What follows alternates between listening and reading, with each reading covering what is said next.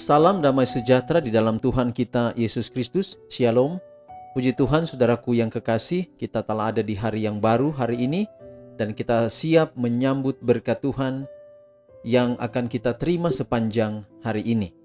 Dan terima kasih untuk atensi saudara di dalam komentar pada renungan kemarin, yaitu Sandra D, kemudian Widiana Ana dengan komentar amin. Terima kasih Pak Pendeta, renungan pagi hari ini Tuhan memberkati. Dan khusus untuk usulan doa dari Yofi Sumual untuk kakak Yodi Sumual yang berada di rumah sakit Amurang yang dalam keadaan sakit. Juga komentar dari Widiana Ana, komentar dari Hosana Wangania Hadisa Putro, dan juga Yulianti Toding Datu. Puji Tuhan, dan kita akan doakan nanti sebentar. Baik, pada saat ini kita akan dengarkan pekabaran firman Tuhan dengan judul Dalam Belas Kasihan. Dalam Belas Kasihan. Sebelumnya mari kita berdoa. Bapa di surga, kami rindu dengar firman Tuhan pagi hari ini. Kiranya pekabaran firman Tuhan boleh menjadi berkat dalam kehidupan kami. Terpuji nama Tuhan, dalam nama Yesus kami telah berdoa. Amin. Renungan pagi ini sekali lagi dengan judul Dalam Belas Kasihan.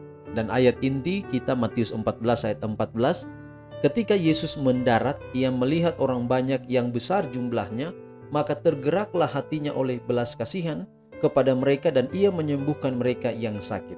Sekali lagi, ketika Yesus mendarat dalam arti dia menepi dengan perahu di tepi pantai, ia melihat orang banyak yang besar jumlahnya, maka tergeraklah hatinya oleh belas kasihan kepada mereka dan ia menyembuhkan mereka yang sakit.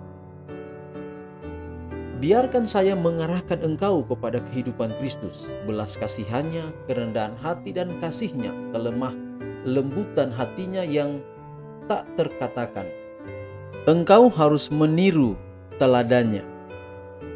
Allah telah memberikan kepadamu hidup dan segala berkat-berkat yang limpah, yang menjadikan hidup itu menyenangkan. Maka sebagai alasan atau sebagai balasannya ia mempunyai tuntutan atasmu untuk melayani, berterima kasih, mengasihi, dan menuruti hukumnya. Segala tuntutan ini adalah sangat penting dan tidak dapat diabaikan dengan begitu saja. Tetapi ia tidak menuntut suatu pun atau suatu apapun daripadamu yang tidak akan membuat engkau lebih berbahagia bahkan dalam hidup di dunia ini. Raja surga menyamakan perhatiannya dengan perhatian manusia yang menderita. Rekan-rekan dan teman-teman kita memerlukan kebaikan yang sepenuh hati dan simpati yang lemah lembut.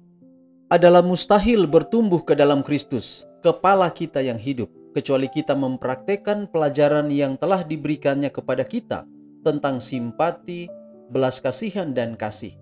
Mustahillah memantulkan peta Kristus kecuali kasih ini yang lahir dari surga ada di dalam jiwa. Tidak seorang pun akan masuk ke dalam pintu gerbang kota Allah kalau tidak memantulkan sifat ini. Suatu tindakan yang tidak disucikan pada pihak juru selamat kita tentu sudah merusakkan teladan itu, dan ia tentu tidak dapat menjadi teladan yang sempurna bagi kita. Tetapi meskipun ia digoda dalam segala hal seperti kita, ia tidak dicemarkan oleh dosa. Ia menyatakan tabiatnya oleh mulut Nabi Yeremia. Katanya, akulah Tuhan yang menunjukkan kasih setia, keadilan dan kebenaran di bumi. Sungguh, semuanya itu kusukai.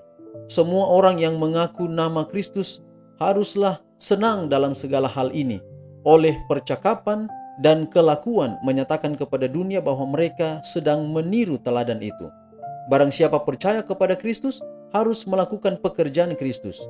Tuhan telah dinyatakan di hadapan mereka sebagai seorang yang melakukan perbuatan yang memperlihatkan kasih sayang, keadilan, dan kebenaran di atas bumi. Dan inilah buah-buah yang dihasilkan oleh orang Kristen sejati. Puji Tuhan, saudara-saudara, bahwa teladan Yesus menunjukkan belas kasihan. Pelajaran kemarin adalah kita berbelas kasih, kita membagikan kasih kita kepada orang lain. Ini adalah pantulan kasih Yesus melalui kehidupan kita. Jadi kalau betul kita tinggal di dalam Yesus, kita pasti akan memantulkan sifat, tabiatnya. Artinya bahwa Belas kasihan kita kepada orang lain itu adalah pantulan kasih Yesus melalui kehidupan kita. Hari ini saya percaya kita dapat melakukan yang terbaik untuk orang lain di sekitar kita, bukan untuk kemuliaan nama kita, tapi untuk kemuliaan bagi nama Tuhan. Tuhan berkati kita melalui pekabaran kita pada pagi hari ini. Saudaraku, mari kita akhiri di dalam doa. Bapa kami dalam surga, terima kasih untuk pekabaran yang indah hari ini. Kiranya kami dapat mempraktekannya dalam kehidupan kami hari ini dan sepanjang hidup kami. Biarlah kami dapat menjadi terang, garam di mana saja kami berada. Pada saat ini Tuhan, hamba-Mu berdoa untuk usulan doa yang diusulkan oleh Yofi Sumual atas kakak Yodi Sumual, kakak ipar Yodi Sumual, sementara dirawat di rumah sakit Kaloran Amurang dengan diagnosa dokter mengalami sakit jantung. Kiranya Tuhan akan menjamah, Tuhan akan berkati para medis yang menangani, keluarga yang menjaga, obat makanan minuman yang dikonsumsi melaluinya. Kiranya saudara Yodi Sumual, kakak ipar ini dapat disembuhkan. Kami tahu Tuhan bahwa Allah akan turut campur tangan. Juga hamba-Mu berdoa untuk Sandra Di yang setiap hari mengikuti kabaran ini dan mengusulkan doa untuk anak Billy Lakotani yang masih menganggur sampai pada saat ini, tetapi Tuhan akan memberkati sehingga dia dapatkan pekerjaan, dia dapatkan tugas untuk melayani pekerjaan. Juga Yulianti Toding Datu, di dalam setiap rencana dan setiap kehidupan sepanjang hari ini dan sepanjang kehidupannya, kami serahkan ke dalam tangan Tuhan. Bapa di surga, inilah doa kami, ampunilah segala dosa kekurangan kami, terpujilah nama Tuhan, dalam nama Yesus kami telah berdoa.